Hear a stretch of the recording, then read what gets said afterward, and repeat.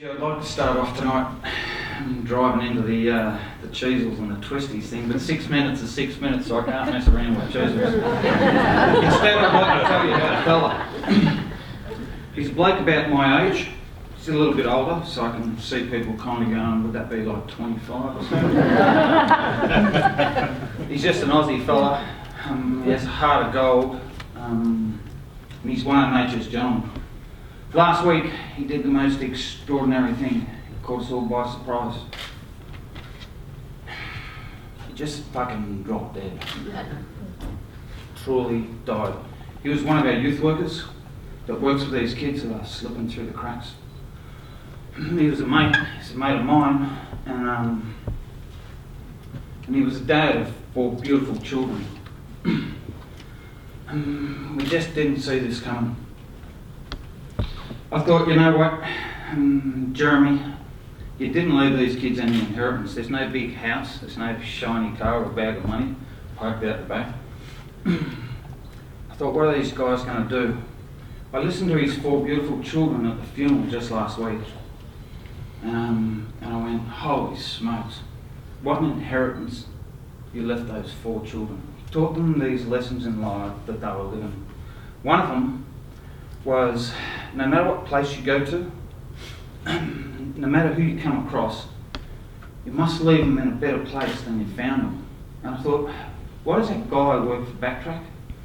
Because he knows that each day we leave these young people in a better place than we found them. Martin Luther King, he wrote that famous speech, I have a dream. At BackTrack in Armdale in New South Wales, we have a dream as well. That dream is just to help kids who are having a hard time. It's a dream about filling a gap in a system, providing just basic stuff that helps kids survive. 12 years ago, like in a way I guess we started telling a story. That story is one of belonging. If kids don't have a family, we give them a family. We've got nearly 1,000 kids in our family. It's a story of independence. It's about owning your own shit. It's about taking responsibility for your own actions. Those kids are going to be steering this show soon enough. And that's one of the things I want to see them doing. But it's also a story about learning. It's about learning to read and write. It's about learning to be job ready. It's about learning to re-engage in your community. But something more important, it's about learning to care. Caring for yourself, and if you get good enough, caring for others down the track. The BackTrack dream is one of hope and dreams. We have a dream, and every single kid that comes through our program, we want to make sure that kid has a dream.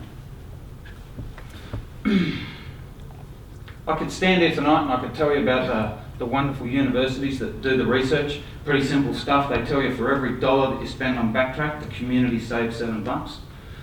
They can tell you that there's only one town in New South Wales with juvenile crime stats over a long period of time with downward trends, 55%. That's Armidale, juvenile crime stats down.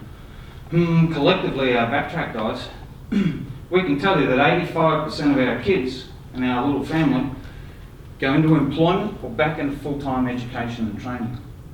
How do we do that? How do we get these results? We do a kind of holistic thing. Anyone that's got a kid would understand this stuff.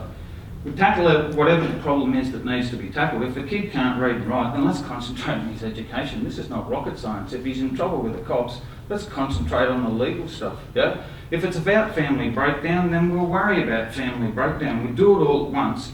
It's not about isolating it or siloing it into what we do. So we tackle the whole job at once. That's what we do at BackTrack.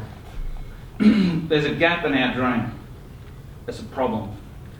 This old school fellow Maslow, he talked about this stuff a long time ago, yeah? He said if you don't have shelter and you're not safe, don't worry about anything else. Nothing else matters. The reality is that we've got kids living in our community, I'm going to bet my life they're in your community, that aren't safe and don't have shelter. So, where are we at? If we can't provide that stuff, then don't worry about anything else. I want you to just do something quickly for me. I want you to think about a 10-year-old child. Might be one of your own children, might be a niece or a nephew, or a kid you see goofing around down the park.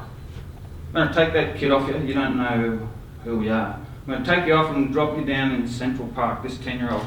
You don't have any money, don't have any clothing, certainly don't have a mobile phone. Most of us would be happy about that, but you haven't got a phone, you don't know where to go for help. We're going to leave you there for a whole week. 10 years of age, can you imagine what just might happen? I'm going to introduce you to someone that touches my heart. He's one of our BackTrack kids. He's 17 years of age. He's seen more stuff than most kids are ever going to see in their entire lifetimes. He touches my heart, and BackTrack's about no bullshit. This is a living example about no bullshit. Don't bang the microphone up into bloody kids today. He's been busting asking him a question all day. You up for a question? Yeah. Has anybody here been to a family get together? Yeah. I'm 10 years old, I'm at my family get together. There's my mum, there's my older brother, and my mum's boyfriend, and my 2 younger brothers, Liam and Hamish. One's 5 years and one's 4 weeks old. A normal family get together at my place looks like this: drugs, alcohol, violence, and kids ending up with no parents. At my family get together, it's 2 o'clock in the morning. I'm there holding my 4-week-old baby brother while watching my mum's boyfriend bash it that bad, she ends up unconscious, lying on the road. My mum leaves the family get together in the back of an ambulance. My mum's boyfriend and my older brother leave the family get together in the back of a bull wagon. Hamish, Liam and I, my little brothers, we leave the family get together in the back of a doc's car. The next morning we can separate to different homes. This is not my lifestyle, it's not my world. I run away. When I run away from docs and coppers, I go somewhere where they can't find me. For the next 18 months, I slept in parked, filthy, drug, scary houses. What are you seeing in those houses? Yeah, I know. People shot. I've seen some scary stuff. I learned to take drugs to block the pain out and stop me thinking. When I get hungry and cold, I had to steal to survive, and after a while the police arrested me for stealing. At 14, I go to jail for the first time. I'm sharing this story with you guys tonight because there's kids back in Armidale at BackTracks that are going down this path. If we can find somewhere safe for these kids on the weekend, they might not go down the path that I followed. So guys, there should be more help out there for kids like me.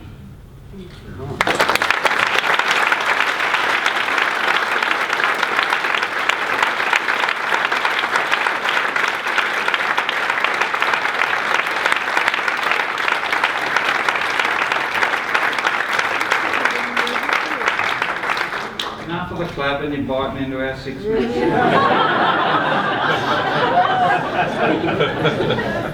How real is this problem? How urgent is it?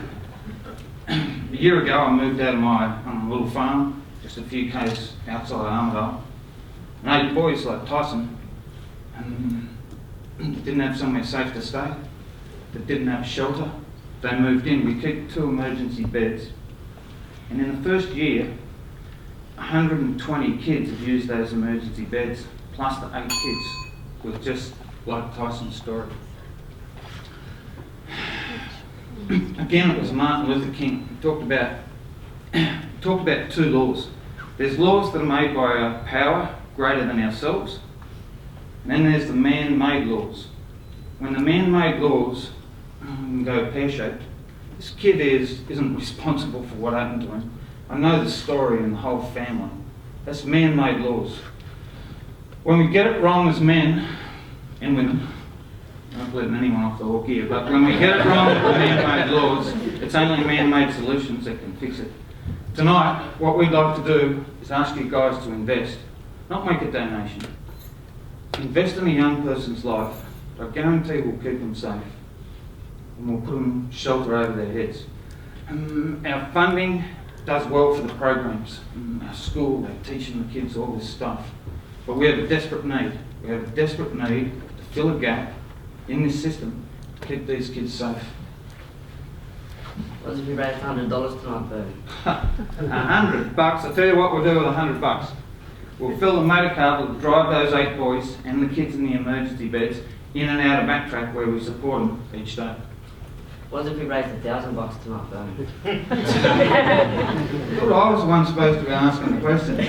First everybody's clapping, and now you're asking all the questions. If we raised $1,000, here's what we can do. At the moment, the problem is we've got workers that stay with these kids from Monday to Friday. On the weekends, we have to tip them back out. I can't guarantee they're safe or there's shelter on those weekends. So for $1,000, guys, you'll make sure that we have a youth worker doing things that look after these kids for 2 whole weekends in the coming year. What if we raised $30,000, Bernie? Oh, you and me, we're going to go to the dust up here directly. Look, 30 grand, that's a whole year that those kids have got somewhere safe to stay. Just doing the normal stuff. $30,000, those kids, I guarantee their safety every single weekend for 52 weeks. One more last question. What if we raised $50,000, Bernie? If it was possible to get to the dizzy heights of $50,000 every single weekend, those kids are safe. And I'll tell you what my head says. My head says, pretty basic, for another 20 grand we can pay the rent on that joint for a whole year. But I'll tell you what my heart says. My heart says that this kid's been knocked around enough times and it's time for him to have a go. Catch up with him after him and ask him, what's my dream? I already got a little shortcut here on his dream. He wants a job. If we get $50,000, 20 grand, I'm going to put that kid on as a full-time trainer at BackTrack, and he can help keep some of those other kids out. And 20 grand's not enough. I'll tell you this honestly from my heart. Out of my salary, I'll make up that thing to give this kid an opportunity. Wow.